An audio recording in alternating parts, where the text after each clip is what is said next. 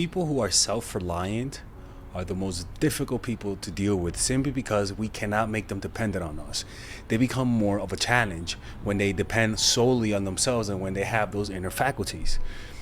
In addition, this when you start to not rely on yourself and focus more on relying on somebody else to give you that sense of validation, that sense of belonging, the sense of high self-esteem, it causes people to be able to control you because they'll give you what you want, the validation, the sense of security, and they can use that as a smokescreen to manipulate you because it clouds your perception of them. Right? Like a child who depends on his parents who are abusive, he'll still go back to his parents because he completely depends on them. Realize that in life you are completely alone. Stop depending on someone. And we're not talking about letting go temporarily of your independence and depending on somebody else emotionally. In fact, studies show that that's actually healthy, but too much of that, just like too much of anything, is not healthy. It's to the point where you don't have your own personal life because you always need them to give you a sense of validation, to give you a sense that you belong, that you're worthy to be loved by somebody else. So stop depending on them then. Feel the fear of being alone, feel the fear of losing them, because that will liberate you. Allowing yourself to feel what you're trying to avoid will liberate you from the fear of it, and it'll liberate your actions so that you can't just limit yourself to needy, creepy habits, right? Because once you feel the fear of the reality that you're actually alone in this world, what tends to happen is that you have no other choice but to survive. The act of surviving breaks your reality. Why? Because if you don't do this, you're just going to grow dependent on someone. And because you're so dependent on them, you put up no resistance. When you have other options, you become more of a challenge, like an applicant who's being courted by every company. You have more of a challenge. You're able to put your legs back, smoke a cigarette during the interview process. In fact, you're gonna start to interview them because you just don't depend on them, right? They having that self-reliance will completely emanate an aura of power and of competence, right? You become addicted to be dependent on somebody else. The world we live in is swimming in giving you the ability to become dependent on somebody else. So what I want you to do is say no to free things. Say no to completely letting go of your independence. Say no of completely letting go of your ability to depend on yourself. Self-reliance means that you go to people not out of fear. You don't love people out of fear of being alone. You don't love people or work or depend on someone because you can't depend on yourself. No. You do this out of strength, right? You depend on someone because it's better. You work with someone because it's easier and better, right? You depend on somebody emotionally because it's easier, not because that's your only choice, not because you can't do it yourself. Because studies do show you are stronger with somebody else.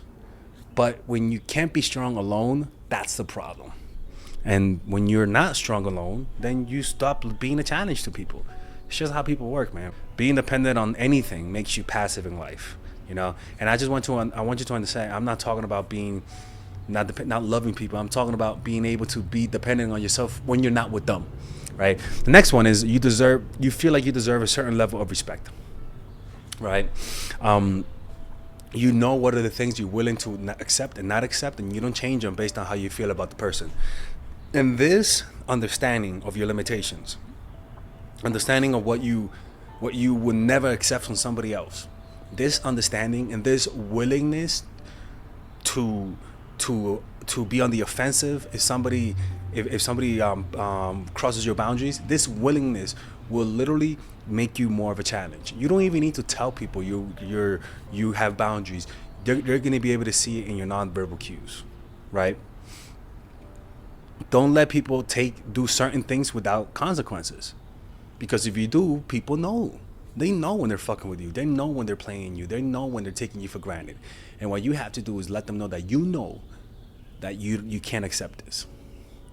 And two things will happen. They're either going to leave you or the relationship will get better. That's the beauty about disrespect. That's the beauty about mistakes, is that mistakes do two things. They either pushes the person who's negative away, or it bonds you guys together if you guys are positive, if they don't have too much of an ego, right? Because when they're toxic, standing up to them doesn't work. In fact, when you're toxic, standing up to them reveals who they are, right? And also, like, above all, be willing to leave, because it goes to the next point. Everything ends.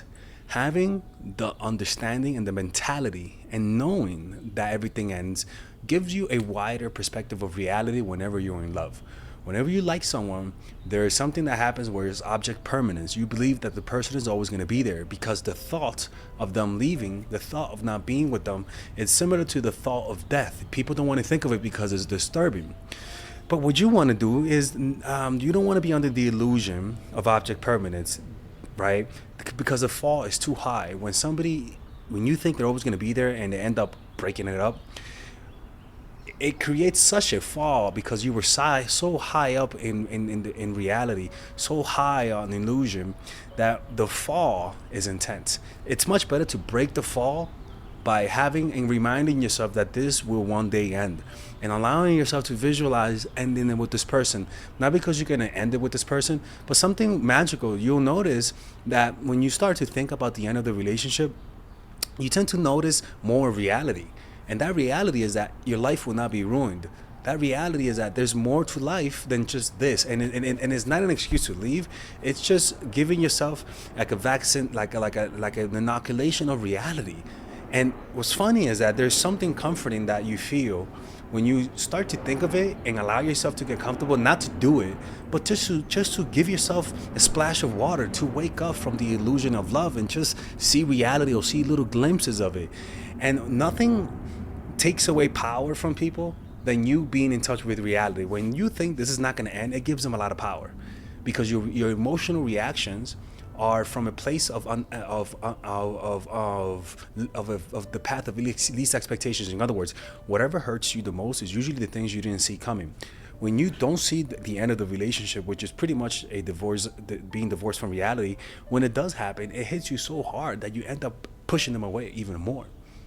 Get what I'm saying? Like, you have no blunting instrument or no anything to take away from the force of the inevitable end of this relationship.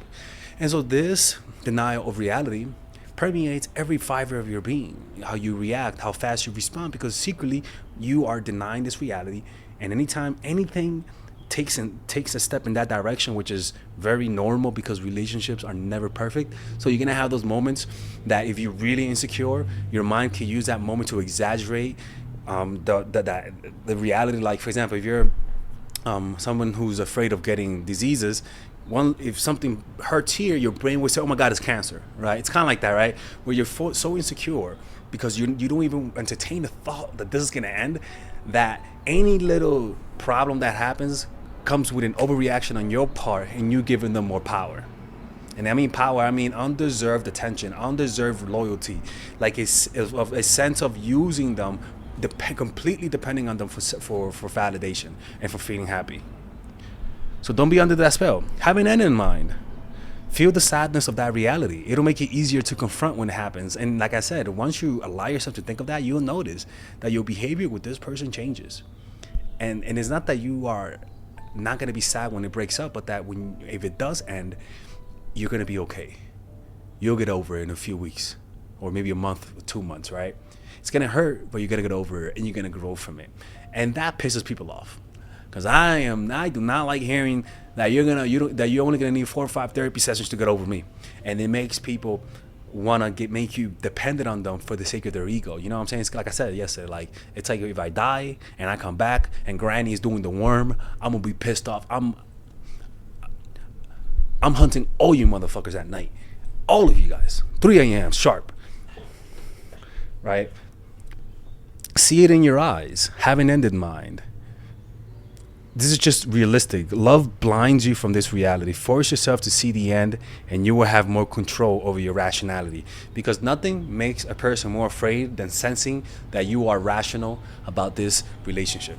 People want to sense irrationality. It validates them. It makes them say, "Look how crazy I got them." The next one is conceal your intentions. We want to tell people everything. We humans have the desire to express how we feel, not out of rationality, but out of just tension. Holding things in hurts. That's why people who are paralyzed, oh god, who can't speak, oh my god, that's horrible, man. But that's why, like me, I got a YouTube strike on YouTube because of hate speech. And I don't think I did anything wrong, but they told me I have to behave for 3 months. And for the last 3 months, I've been like afraid to comment on YouTube. And it's like sometimes I comment and then I delete it, right? And what I notice is that I comment just to relieve the tension, but then I delete it because I don't want to get in trouble. But I noticed that the commenting releases tension. So it seems like humans have this compulsion to talk, compulsion to reveal our thoughts. And so this comes at a problem, right? This creates problems, because what makes someone who appears weak and strong is how much they can control the compulsion. And one of the things is controlling what you say, how you say it, and your facial expressions. Those are the three smoke screens that are most powerful, right? So what you want to realize is that when you don't reveal the intentions of your actions, you could get away with a lot of things, and that still makes you look like a challenge. For example, if you're needy McGurk, freaking creepazoid needy, and you can't help yourself, right? One of the best ways to create a smoke screen is to literally tell people you don't want a relationship. This is only for people who can't help being really needy and creepy, like the oh my god, I love you, that type of bullshit. I'm sorry, I don't want to talk bad about people who have an open heart. But what I'm saying is that if you want to act needy, just tell people you don't want a relationship, and then all of a sudden they're gonna frame everything you do that you don't want a relationship. You could give them the creepy freaking eyes, and they're gonna say, okay, that's just them being themselves, right? You could give them a gift, and it's not gonna seem like it's too much of a thoughtful gift. It's not gonna create that creepy energy. Literally telling people you don't want something will cause them, if you're needy, telling them you don't want a relationship and telling them you don't want anything long term, swear to God, it will literally make everything you look not needy, right? And it'll create more of a challenge, because then you're gonna be confusing them. They're gonna be like, I thought they said they don't want a relationship, but they're giving me a weird look. And it creates a challenge because you're not making sense. And so, this makes them more vulnerable to emotions because they just don't know where to stand. So the best way to do it is to open up. Just withhold information sometimes. If you want a relationship, don't tell them. Now, there are some things that you kind of do, like you don't do this with everyone, but I'm just saying, if your ass has a history of being needy, this is the thing for you. Now, if you're someone who is cold emotionally, one of the things is just to tell people that you are expressive, not expressive, but that you love in a silent way, whatever. Like, the point is that if you don't want people to think you're cold, verbally say that you're a warm person. And even though they don't see the coldness, you saying that you are a emotionally attaching person, that you like expressing yourself, I'm telling you, it'll create a confusion that they'll start to confuse your coldness with warmth. And it's almost like a mind fuck, to be honest with you. But that's not a bad thing to do, to be honest with you, because sometimes this world is too defensive, and when you indicate to people that you want commitment, it might make them feel defensive, and it might close them down to you. And I know you don't. Why do we have to do this? I know. Look, man, I did not make people. Why are you getting mad at me for that? Like, I'm just telling you what tends to work. And it's because the world today just feels afraid of commitment. That's just the type of environment we want instant things. We don't want to work for something. We don't want to get to know someone long term. We want to see their profiles and make judgment based off of that. So you have to understand the type of environment that we live in. So if you have a history of appearing weak and getting played, apply this rule. If you want to be your needy ass self, say the opposite so that you don't have to change how you are. And remember, you could hide your intentions by telling someone you want something else. So it could be that if you want a relationship, you just talk about how you want freedom and how you're not looking for a relationship. And then all of the creepy relationship energy that you do will literally be converted in their minds as something that they just cannot understand. And it'll be more of a challenge to be able to interpret you. They can't, it's like they look inside and they only see a foggy and opaque screen of fogginess, and it makes them squint harder to see harder. And that is more of a challenge. And remember, your face will also give you up, right? You want to be able to hide what you want. To hide how you feel through your face, you have to be an actor. Like, You get what I'm saying? Like if you are always showing what you showing what you feel, you're always going to be at a disadvantage. Learn to hide how you feel. One of the reasons why some of you guys give off the vibe that you want a relationship, and there's nothing wrong with running a relationship, but that nowadays it's just better to act a little bit more cool and sardonic about it, right? I'm sorry, like, you know, now if you know them from real life, okay, that's fine. But a lot of you guys are meeting people online, and so if you're meeting people online, it's better to just learn to withhold that, at least in the first 1 or 2 dates, right? But you want to learn to control your face, right? All that creepy stuff, when you really like someone, you want to control it, right? Be more like, just calm your face down. You know, if you smile out of 10, smile out of 5. If you speak out of 10, speak out of 7. Slow everything down, because it comes down to the next point that I want to tell you guys. Slow everything down, right? Take it slow. This is the most powerful thing in almost anything. When you take your time with things, everything comes out better. The slowing down process gives you more power than almost any strategy. Just slowing it down. You want to make people abandon their own pace. And if they don't want to go at your pace, they don't like you enough. Like, going at your own pace will show you so much about the person. Simply because slowing things down gives you power, and it creates an aura around you when you're slowing the pace of whatever you're showing. That means, so don't appear like you're in a hurry. Nothing removes any honor, any power, energy that you have than looking like you're in a hurry. Like, literally, even if you really are in a hurry, don't appear, because it'll cause you to make unnecessary mistakes, and that's why you want to go slow, because it'll make them make mistakes. And the way to not allow your slowness to affect you, because it does make you impatient, develop a meditation practice. You go to my course, Emotional Mastery, by clicking on the description down below, or get the book The Power of Now by Eckhart Tolle, or go to a 10-day Vipassana retreat. But essentially, it gives you power. It makes you appear patient. Making people wait reveals their weaknesses and their true nature, right? Because you can see, like I said, out of all the studies, like that shows how successful someone's going to be in life, the study where they gave kids a marshmallow and told them to control themselves, controlling over your emotions is the one thing that reveals how successful you're going to be in life. And this, making people wait, will literally show you the most important part that you have to get to know about a person, which is impulse control. Impulse control will indicate cheating. Impulse control will indicate how well they'll do with money. And impulse control indicates how well you're doing them if you go out with them, marry them, whatever. Because if somebody doesn't control their money, you can't be with them. Fuck them. Anyways, so yeah. And it'll reveal the dark side. Going slower makes you more challenging, and it makes you appear more interesting. Like, anything that you do at a slower pace, people tend to have more respect for it. Anything that you do at a quick pace, people don't respect it as much. That's just how things are, you know. And I'm not saying to make them freaking wait a whole millennia, but I'm just saying, with things, make them wait a little bit longer to respond, right? When they're fucking up. Only when they're fucking up. Make them wait a little bit longer for the relationship. Even like me, as a guy, I'll be honest with you, as a guy, I wait a little longer to sleep with a girl. Like, I've learned that there's actually more fun in making them wait, right? Oh yeah. You know, because it's like you have the control, not in a negative way, but it's like, okay, let me see how far I could take it. How much desire can I make this person have? And it's actually something pleasurable on their part, because very rarely do people make another woman wait. I mean, honestly, unless they're gay or they have a small dick, you know what I'm saying? Like, very rarely do that. And if a guy makes you wait, man, he might have us, right? So yeah, man, that's the power of making people wait. It's one of those things that even when they get you,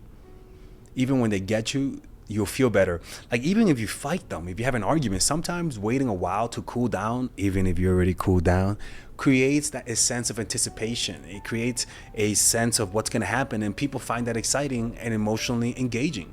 And when you make people wait, I can promise you, the next time you see them, they're going to be more in line. Making people wait is the ultimate challenge, man. Especially if they have really bad impulse control, you'll notice that this tends to work on them a little bit more. All right, ladies and gentlemen, welcome to the Mindful Attraction University, taught by Professor Alex, where I teach you all of the strategies to improve your dating life and all of the courses that I have all in one place. And you can get it at a highly discounted rate. So that means you can purchase all of my basic courses without the bundles, usually at $600. You can purchase it now at $399, people, not $400. $3.99 for psychological purposes. Yeah, that's right. Oh my fucking god, he's showing us a scam. Yeah, that's right. Yeah, Father Alex does that. So that means you could get emotional mastery, the psychological game of attraction, the feminine woman, natural chemistry, charisma blueprint, and nice girl at a discounted rate. But then, if you want to get the master's degree of the Mindful Attraction University, taught by Professor Alex, you can get the premium version, where usually all of the courses cost $1,200. Now you can purchase them all at $799 or 4 payments of $200. You guys can now also do like a payment plan. Feminine woman, emotional mastery, the whole shebang bang with all of the bonuses at one lower price, people. And with that, honestly, this is the type of thing that I know that if you guys get, it'll fix your dating life in ways you guys cannot imagine. Now, my worry is that it is a lot of content. Like it is, and I'm not a fan of giving people a lot of content because I don't want informational junkies. But this is the best way to get it all in one price. Now, look, mind you, it's no. If you purchase the bundle, I'm just gonna be honest. There's no refunds. Purchasing the whole bundles. If you guys think you guys are not gonna like it, I will prefer if you guys buy one course to see if you like it, and if you don't like that course, you could get your money back and don't purchase the bundle, right? But if you like that course, you guys can send me an email and say, hey, can I upgrade to the bundle, pay the difference, and there you guys will get it. But it's just that, look, man, you guys know my content. If you like one course, you like it all, right? So that's the only caveat. But I know damn well, if you purchase it, your dating life will never be the same. Okay. Now, for those who purchase the courses but want to add to the bundle, you guys can message me and maybe we could come up with a price so that you guys can get it while being able to not have to pay all the crazy prices. Okay. So just click on the description down below. There you'll see the ability to purchase the wifey basic package, which is the one that you see here for $399 without the bundles and without the bonuses. But if you guys want to purchase it with the bonuses, which is a lot of content, and I'm afraid because it's a lot of content, you guys can purchase it right here with either 4 payments of $200 or one-time payment of $799, right? And yeah, and by the way, I made this design, Father Alex is being inclusive here and stuff like that. Anyways, hopefully you guys enjoy this. Hopefully you guys can support the channel by purchasing those courses, and I'll see you guys inside. Bye-bye.